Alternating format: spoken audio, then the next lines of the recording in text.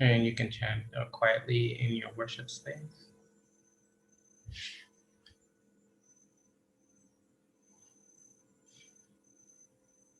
Pa Henu Mu Chetu Asar Un An Heru Behudet. Pa Henu Mu Chetu Asar Un An Heru Behudet. Pa Henu Mu Chetu Asar Un An Heru Behudet. Pa Henu Mu Chetu Asar Un An Heru Behudet. Om Pata Pata Pata Pata Pata. So this is a very great line if you meditate on this line. And some more greatness is coming up, actually.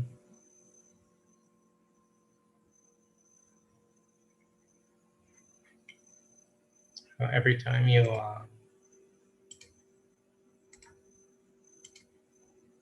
close the program and open it, these come up. So we'll do a review of line 6, and we'll get into line 7, and then we'll do line 8 next week. Let me take these off so that it don't be distracting.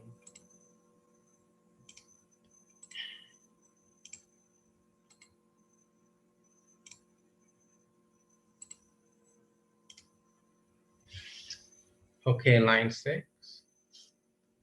Neb, Peh, Her, Seneb, Remen, Heru, Pinu Mau, Sebao, Gendry, Herpet, Zesh, and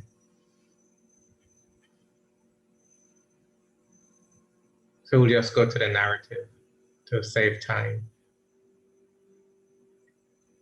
The Lord of Heaven is sustained by power of existent spirit, which allows for the capacity to see and ascertain the rebels, sets cohorts who are the enemies of the soul. This sight allows for the rebels to be restrained and held back from their capacity to influence the personality to act in egoistic ways. That is to say, denude, to strip away the illusory facade of the negative egoism of the personality and lay bare the under reality of the egoistic principles of mind. The spirit light is the face of heaven which illuminates that which was opaque and brings into focus of the mind the negative forces that are impeding the vision of the higher self. This spiritual path is a journey, and this journey concerns spirit consciousness. So Nebpet, the Lord of Heaven, in Seneb, the term for Seneb is this S symbol by itself. And Seneb means health, but in this context, it's talking about spiritual vitality. And that vitality is going to be coupled with what we're going to discuss in line 7.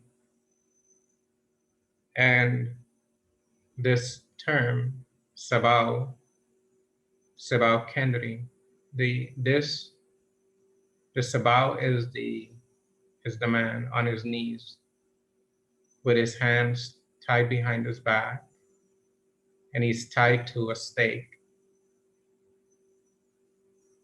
And this is an interesting glyph because it actually means to support something.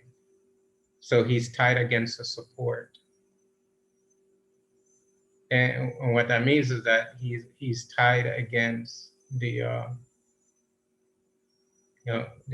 in other words, what supports the ego is what's assisting in the binding. So your own ego is what binds you. And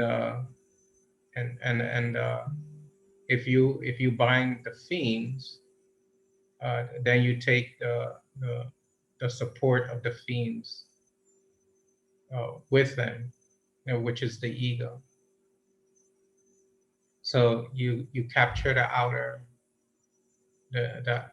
forces, and you take those outer forces, and you also go to the root of where those outer forces have come from, which is one's own ego. And the term Kennedy is being used as a determinative, and it means to restrain. So to hold back, to cause not to move, to cause not to function. And if you hold back, if you hold something back and you cause it not to function, then it cannot have an effect. And that's what you're trying to do with the sabal, with the themes, which are the principles of the ego. And you're trying to hold them back, you're trying to restrain them, you're trying to impede their progress. And so you know how it is, if you bind something, but you don't stake it down, it still has the potential to wiggle and to move and to jostle and to escape. But if you tie it down to a support state, then you have it. You have it tightly bounded. You have it tightly controlled. It cannot get away. It cannot move. Cannot cause any disturbance. And that's what you have to do with the principles of the ego, like jealousy and pride and all of these kinds of things, hatred and so forth. You have to tie them to the stake. Yeah, you have to tie them to a support stake, and so that they're not capable of moving. Because when they move, you're disturbed. And what I mean by that is when they move, your mind is disturbed. And how you're able to ascertain them is that you have to be able to see them. And I'm not talking here about physical sight, obviously. Talking about identification. Sight is the mode for which identification is made. If you know someone and you see them, you conceptualize them through an identity. So if you see your mother, you impute the principle of mother onto that person. And so that person appears as your mother. Right? But you do that through identification. If another person walks through that door who is not your mother, you don't impute mother on that personality. It's just another person. The person might be an aunt, and you impute aunt on that personality instead of mother. But you have to be able to see, you have to be able to identify what the sabao are.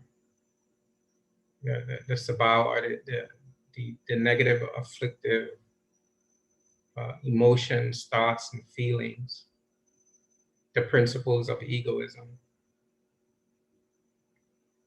And if those run rampant, then essentially you are running rampant, or you're running rampant through the world. And that's the problem and the issue of life. And so you have to take your themes and you have to tie them tightly. You have to bind them, and you have to hold them down. And you have to to rope them up, essentially. And the first, the inroads into holding back the negative forces is to be able to identify. And that is being explained by the term pinuma, extend light, this to, to see this light. This light is a cause for you to see the rebels. And what the light is spirit that is illuminating your mind, that is allowing you to see who are your enemies.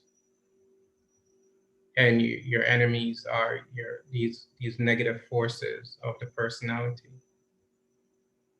And if you can control them, and then they don't control you. If your enemies are running rampant, then they are controlling you. If you have tied them up, then you are controlling them.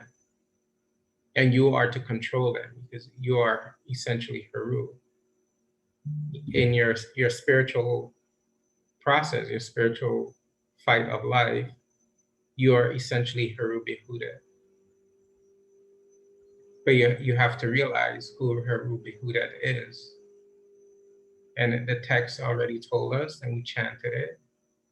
Asar is actually Heru Behudet. So spirit soul manifesting as spiritual force.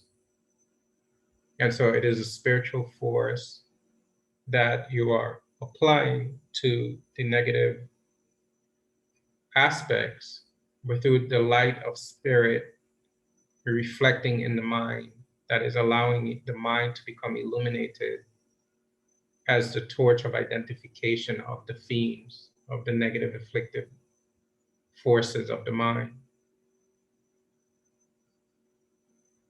And then you bind them, you tie them, and they can't disturb you.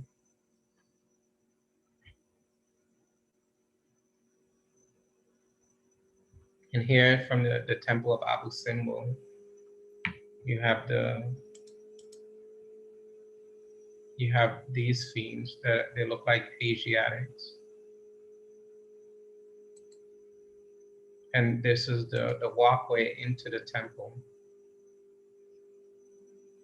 And as you are walking into the temple, and you can see that these fiends, these sabal, they're tied with papyrus plants. And they're tied behind their back, and they're on their knees. They're walking out on their knees. So you have to bring them down. You have to put them on their knees. And then you have to walk them out of the temple, which means to walk them out of your mind. And so these are Asiatics. And they're tied with papyrus plant. And then these are on the north side of the walkway. On the south side of the walkway, you have other fiends that are tied up. They're bounded with their arms behind their back as well. They're tied by their elbows. And these are Nubians. So Black Africans. And they are leaving the temple. And so these are metaphors.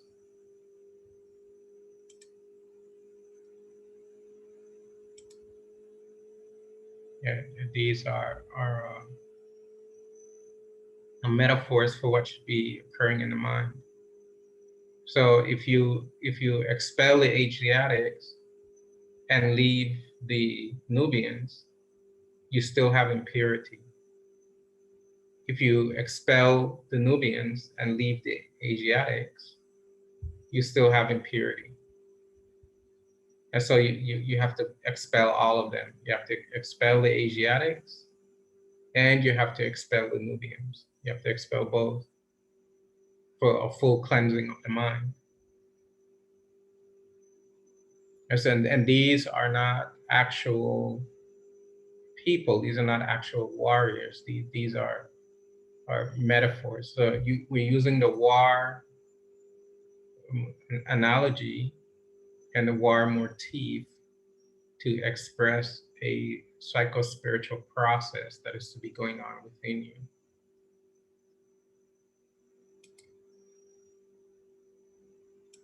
If we take a close-up, you can see how these look like people from like Asia Minor and so forth. You see that the long hair and the beards, and even the manner of dress. And what this means historically is that these people were, these kinds of people were existent at the time the temple was built. And here, these are the Nubians. You can see the thick, the big noses and the thick lips, and the kinky hair with the tight curls, and their manner of dress, and the men wearing earrings, and the feather in the hair. So we know that these are Nubians. And again, obviously, this temple is near Nubia, or what can be referred to as near Nubia. It's more south than Thebes, and so these are the enemies that are being expelled on both sides. So in other words, you're kicking all of them out. you're in a real sense, you're not discriminating. And what I mean by that is that you're not getting rid of your anger and keeping your jealousy. You're saying that anger goes, jealousy goes. Or you're not keeping your pride and letting go of your slothfulness. You're saying pride's got to go, slothfulness got to go. Everyone's got to go. And that's how you are with the mind. You have to protect the mind from all your enemies. So you have to know who your enemies are. So your enemies is not the person down the street. Your enemy is in your own mind. And this is what the spiritual masters discovered and have passed on to us. And you can see these are tied with lotus flowers. I'll blow it out more. The Nubians are tied with lotus flowers, and the Asiatics are tied with papyrus flowers, papyrus plants. So you're expelling all of them. And interestingly, here's the name of Kemet. Here's Kemet, which means it's loosely translated to Egypt, what Egypt is called today. So here's the ancient spelling of the ancient a country. You know, it's not, Egypt is an Arabic term. The original people refer to it as Kemet. Here it is, Kemet.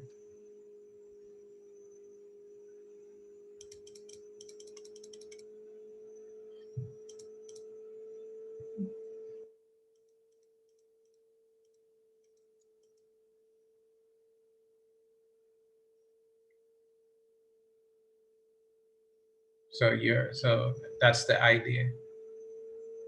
Now line 7 is an extension of line 6, but it has the it has a similar presence as line 5, as something that is very vital to understand. That is a turning point in this drama that's going on between these adversaries.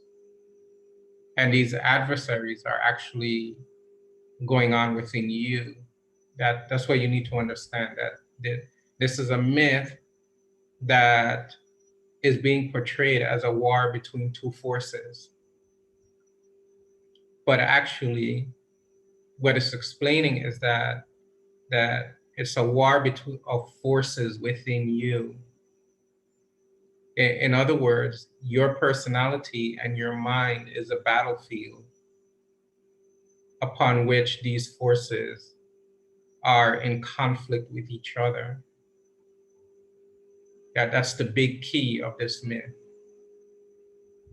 And the other big key is that it is Asar who is actually doing the fighting, but he's doing the fighting through his Bedet nature. Essentially, you are Asar. In the papyrus text, all of the initiates are known as Asar, and that's a reference to the soul. So you are Asar, and there is something of the soul within you that has conjured a certain kind of capacity that we're going to discuss now that needs to be developed further to align yourself, or to allow the spiritual force aspect of yourself to overtake the ego that is also within your personality. It's a very big point. And now the third big key is here in line 7. So we're going to take our time with this line as well, because this is very instrumental, very powerful. Okay, and as usual, I might do a diagram or highlight something as we go. The artist starts to come out. Api, and Denden. And this is a big idea. Api, and Denden. Ari, NF, Resnu, Mhat. Great Dis, Valor. So we're going to put these big points in light blue. Cause for him awakeness of burden, worry, hardship, distress, tribulations, afflictions. The philo narrative. And this is a continuation from line 6, where it ends with so we'll read here from here. The spiritual path is a journey, and this journey concerns spirit consciousness of the great wing disc. So all of these, this is very dense, meaning all of the big points are being clumped together. This spiritual path is a journey, and this journey concerns spirit consciousness of the great winged disc, the double mighty power of spiritual force of the higher and lower self. The lower self being sublimated and transformed into higher force, the higher self being liberated through realization and an acknowledgement of the mind of its true higher nature. This double mighty force is a manifestation of Asar as spiritual vitality, as the counterforce to the fiends, rebels, the tenacious enemies of pride, insolence, rude behavior, concupiscence, lust, passion, uncontrolled libido, anger. It is through this valor of spiritual fortitude, spiritual strength, and spiritual courage that allows the Asar nature to become aware and develop an awakeness with regards to the burdens of the unenlightened soul. This burden of worry, hardships, distress, tribulations, and afflictions is due to lack of awakeness and hinders the positive spiritual evolution of the soul. In ascertaining the burdensome nature of the rebels, the light of awareness weakens them and allows for the spiritual advancement to take place. So there's a lot said there. So firstly, the spiritual path is a journey.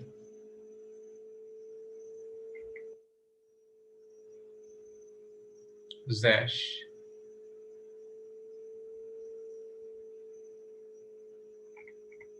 And this journey concerns spirit consciousness. Okay. Spirit consciousness of the great winged disc. So in other words, spiritual consciousness of spiritual force.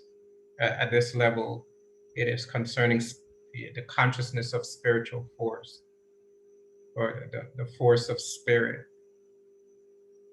So it is becoming aware of the power of spirit to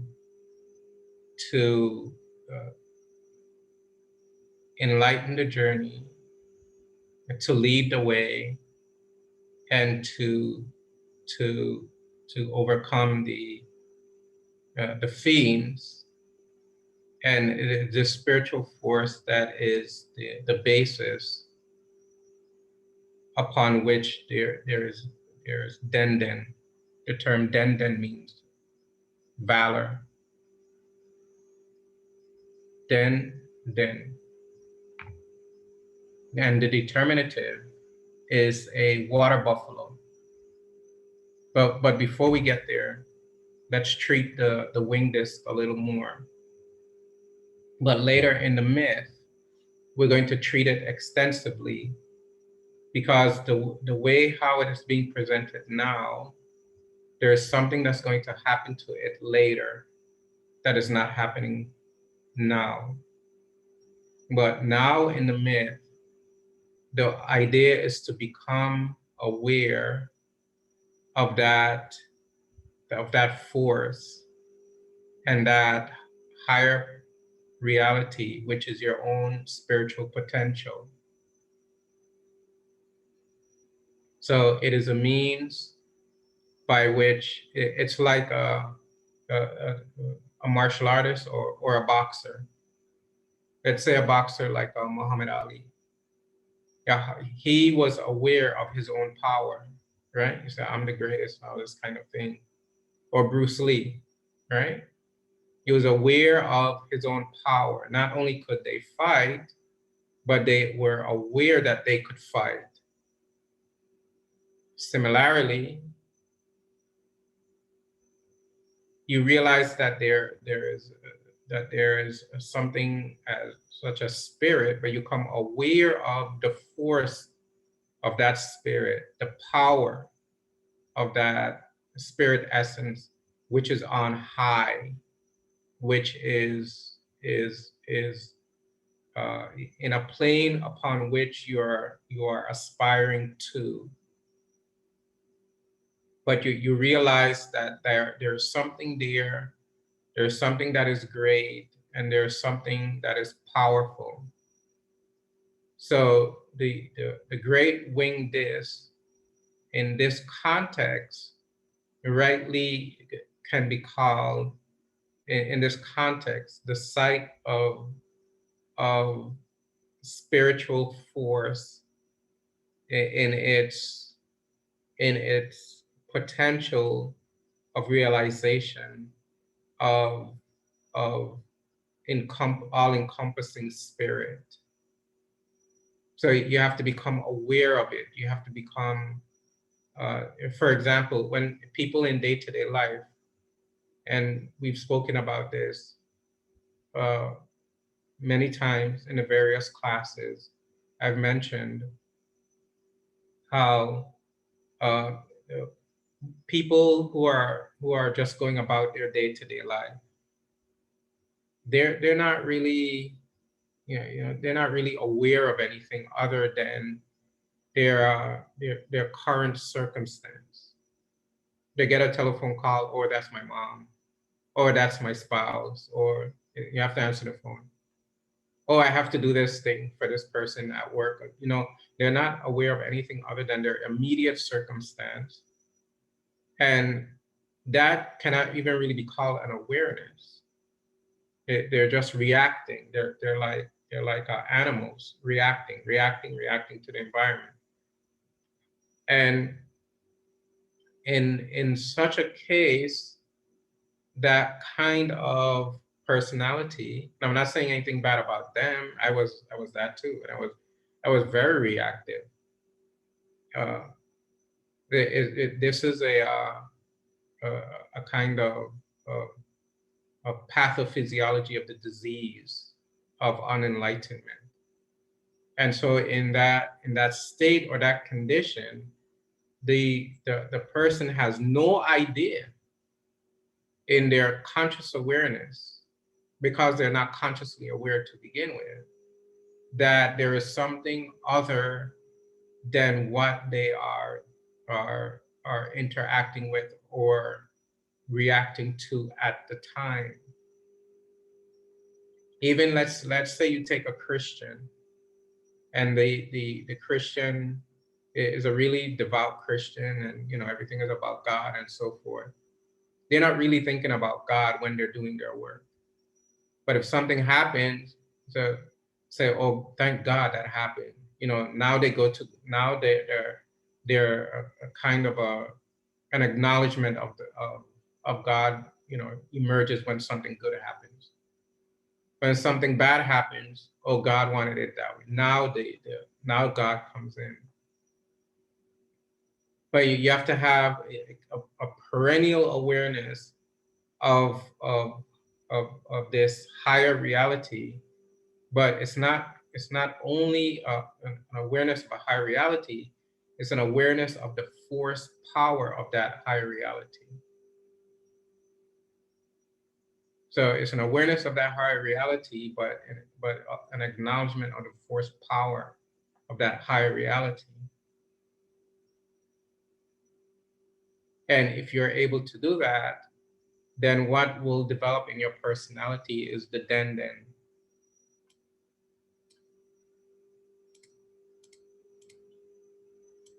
And in this, remember, this is a late period text.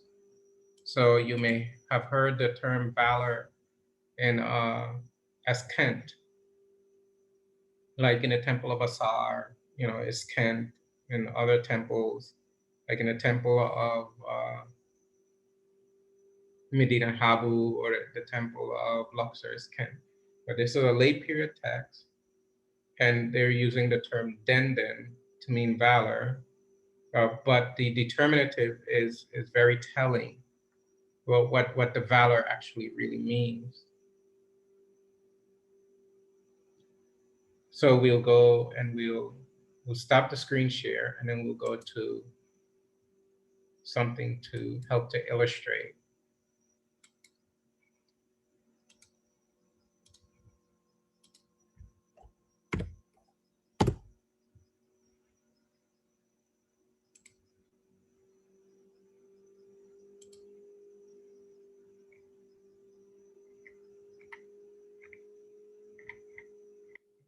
Put them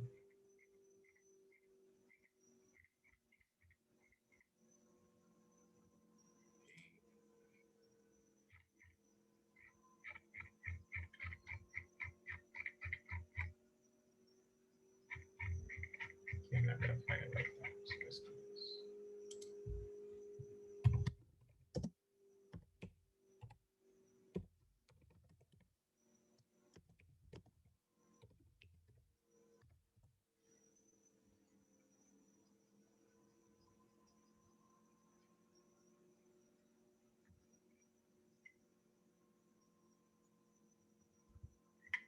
Okay, I believe this was the one that I want to show. Okay.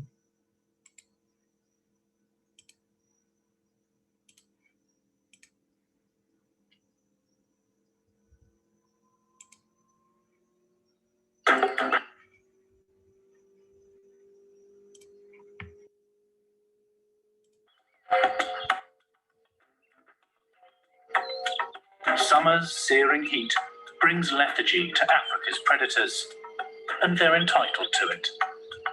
Hunting at night gives them many advantages, one of which is a large protein-rich meal which takes time to digest during daylight hours.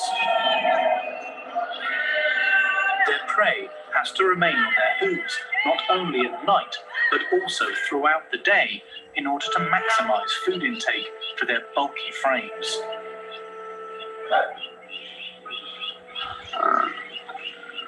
Africa's buffaloes are one of the world's most successful grazers.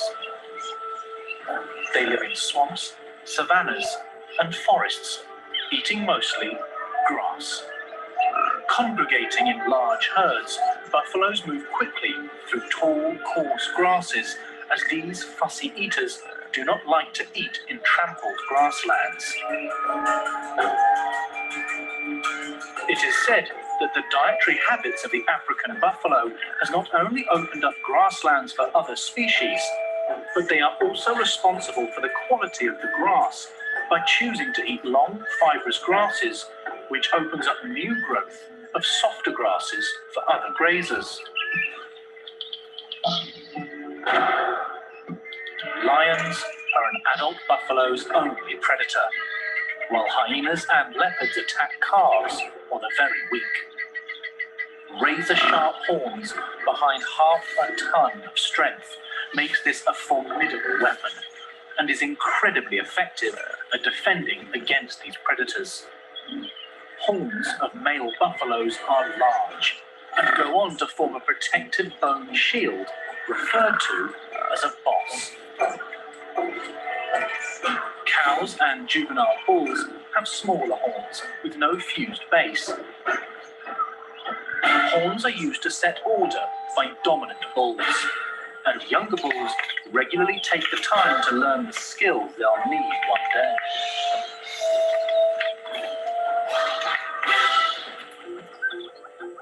During resting time, females vote by standing up, shuffling around, and sitting down again in the direction they would like to move in. It is rare to see this kind of communal and not dominance behavior in herd animals. While the general direction is known to the herd, the actual route is plotted by the more experienced cows, who are known as the pathfinders. They are responsible for guiding the herd to grazing pastures as well as water. Buffaloes never stray far from water as they depend greatly on it and must drink daily.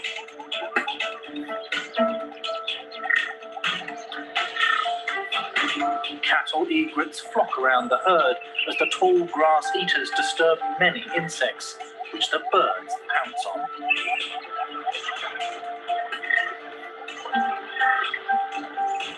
Buffaloes are prone to many flies and parasites living on their body. Mud not only brings their body temperature down, but also gives them relief from these biting insects stuck in their skin. Hard to believe this animal is so feared when they look like docile cattle. But African buffaloes are not even related to domesticated cattle. And what may make matters worse is the bad behavior of what the Zulu call Dugger boys. these older bulls have been kicked out of the herd. Once dominant bulls, they are past their prime and no longer have a place in the herd. They either live a solitary life or form small groups with other old grouchy males. A lifetime of keeping order in the herd has left battle wounds and scars on the old boys. It's no wonder they are notoriously bad-tempered. Africa's buffaloes are more than their bulky appearances. Sophisticated social structures, as well as democratic decision-makers within the herd, makes this one of the continent's most interesting mammals.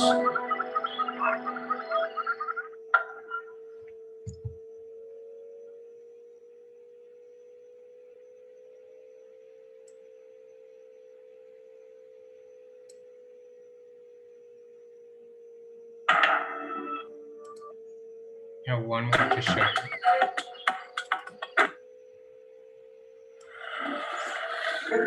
This small buffalo calf, just 4 months old, follows his mother through Zambia's Luangwa Valley. He's part of a huge herd, 1,000 strong, made up of 50 families, all sticking together for protection. There's safety in numbers, but keeping such an enormous group together is hard work. Getting separated could be disastrous, especially for the young buffalo. But the herd has a strategy to maintain cohesion. A few go up front as trusted pathfinders, leading the others to fresh grass and water. These aren't necessarily the most dominant or oldest animals, but it's always the same select few that take on this role. Where these buffaloes go, the others follow.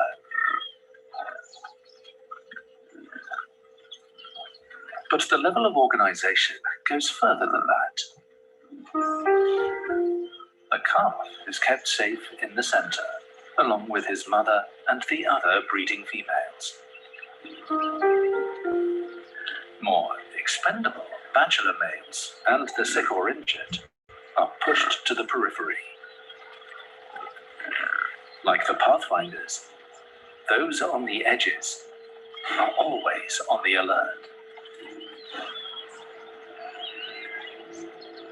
And they've spotted danger. A lion is stalking the animals at the tail end of the herd. When one buffalo runs, herd mentality kicks in, and they all make a move.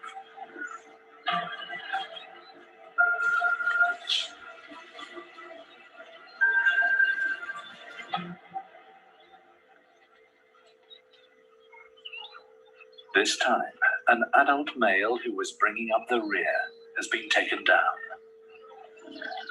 But the calf is safe. The herd strategy has worked well. By saving the young ones, the future of the group has been safeguarded. Okay. Now back to the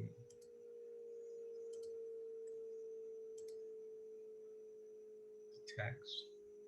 Okay. Checking time. So the denden, which means valor. Okay, so now you can put that into the feeling aspect of what they mean by denden. The strong horns, the strong thick body, the coyness, the reasoning, the alertness, and the fearlessness and the fierceness. All of those are just the attributes that are being conveyed through the principle of Denden. So Denden means valor, but it's actually relating a kind of principle, a kind of energy that flows through the water buffalo that ought to be flowing through your personality. Alertness, fearlessness, fierceness, strength, uh, power of movement.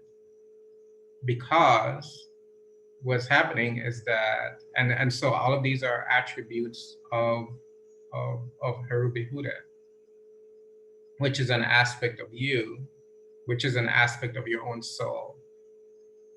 And the reason why is because you're up against a tenacious foe.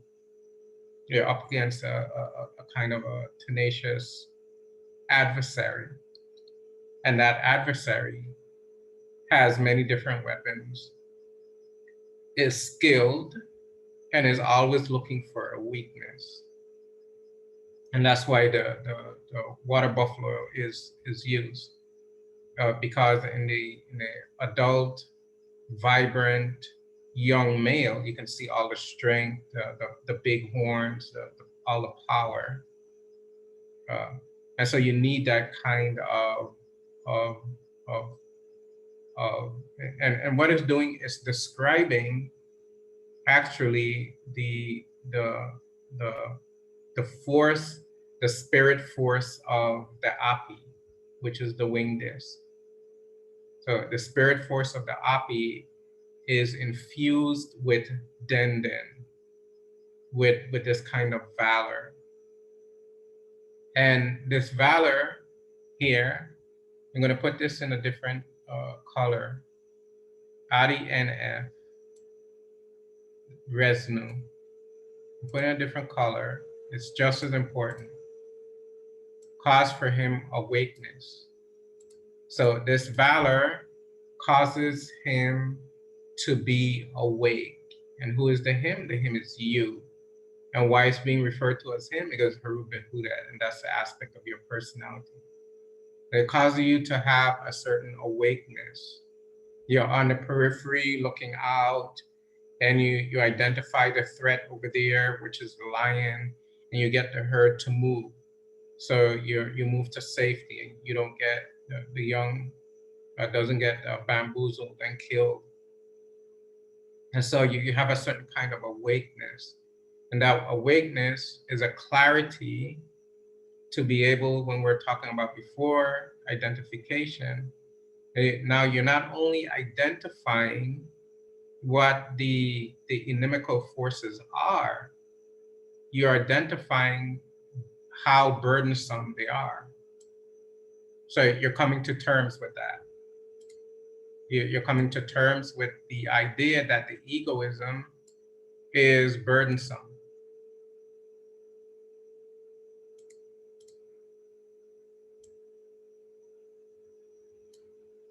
The egoism is burdensome, that causes the afflictions, the hardships, the distress in life, that causes the tribulations and all the anxiety and the frustrations. So you're breaking down the ego by examining it. And once you are examining it and breaking it down, then it's simply losing power. So you're denaturing it, you're allowing it to lose its power. And so the valor, if you recall in the film, the valor is not only the capacity to fight. What comes with the valor is a certain also kind of a sophistication, the capacity to see the threat, the capacity to move. You don't have to fight all the time. It's the capacity to see, to identify. And what's happening here is that this awakeness is causing you to identify and to come to terms and to realize that the ego is what is the burden in life. The ego is what is what is causing the hardships in life, what is causing the distress, the tribulations. In other words, you have to be fierce enough to recognize it and to understand it, and then to realize it. You have to be fierce enough to say it's the ego that is doing this, and therefore the problem is not with the other. The problem is with my own ego. And once you start to do that, the ego, and you start to do that in the face of the recognition of the vital force of and the vital power of of of the winged disc, then the ego, you're starting to break it down. You're starting to lose its power, lose its capacity. So by line 7, if you're applying these sequentially, you're already making headway in the battle. Here, this is the right side pylon of the temple of Heru Behudet. And what I wanted to show here, I'll make it larger. And if you notice in these lectures, I'm using a lot of photographs as illustrations. I wanted to do a lot of illustrations instead of just doing the text by itself. So here's the right side pylon. And here is the royal personality wearing an elaborate crown. He's holding a mace. You'll see what that is in a moment. Up on his toes, he's actually holding the head of the enemy. He's holding their locks of hair, and he's striking them with the mace.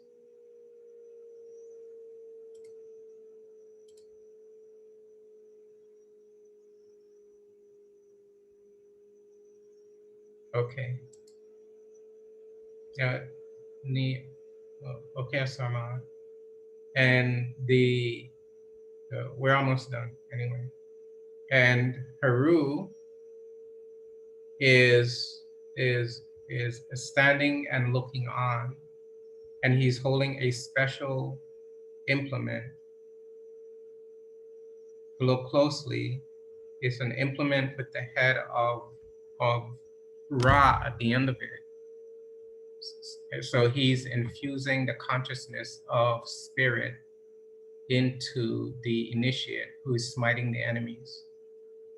So this is not a war scene against, against other peoples or anything like that. This is a metaphor of righteousness against unrighteousness in the human heart. And who is supporting it? Who's supporting Heru infusing into the royal the power of spirit to overcome the enemies is Aset, the goddess Aset, who is a progenitor of goddess Net, who is derived from goddess Net, in other words.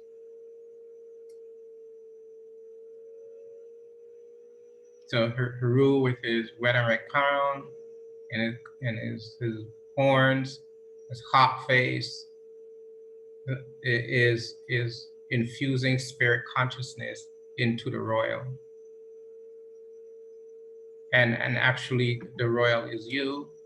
And this on the facing pylon is telling us what should be going on inside the temple, what is going on inside the temple. And these groups are where the flagpoles used to rest.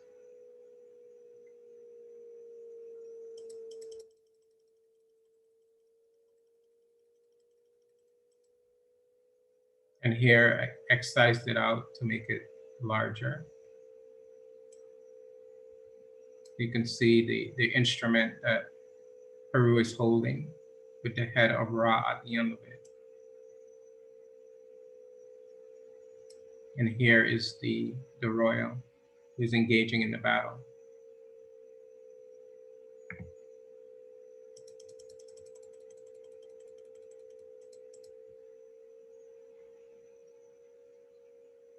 And the weapon that he's holding in his hand It's called a skir. And the skir is a mace with an almond-shaped head. And you strike with this part of it.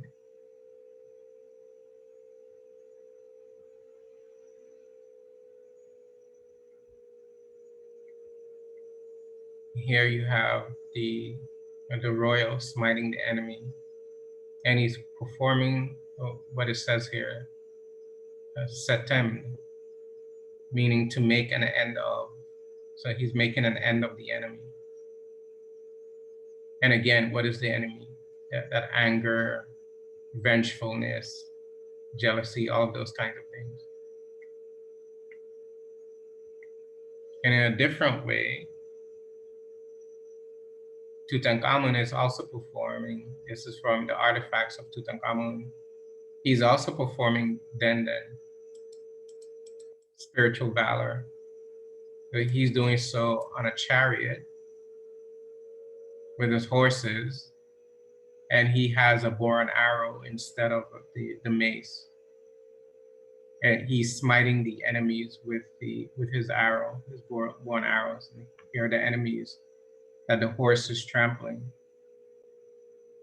You can see behind the horse, behind the hooves of the horse, and behind the underbelly of the horse is orderliness, is synchronicity, is a kind of spatial beauty. And that symbolizes truth, and that symbolizes ma'at, righteousness. And in front of the hooves and the underbelly of the horse is chaos. So we're placing truth in the place of chaos. And you're doing it with a kind of coolness, a kind of regality. As the servants are cooling off the warrior king. So you're not doing anything out of anger or hostility, because you have to be calm within your own personality to subdue your own heated aspect of your own personality. Okay, so we'll come back to this next week, finish up, and then go into line 8. So we're moving right along. Are there any questions before we go?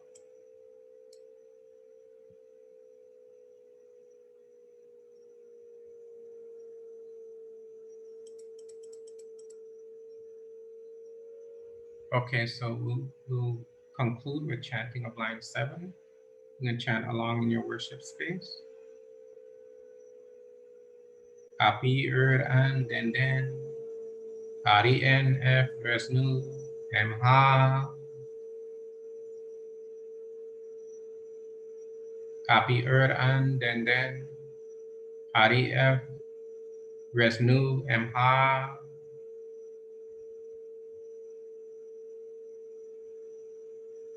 Api an den Hari en F resnu em ha.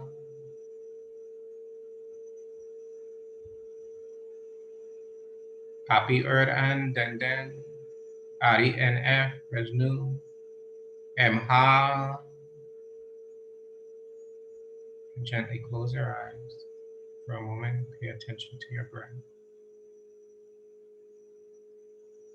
Allow your mind and body to relax.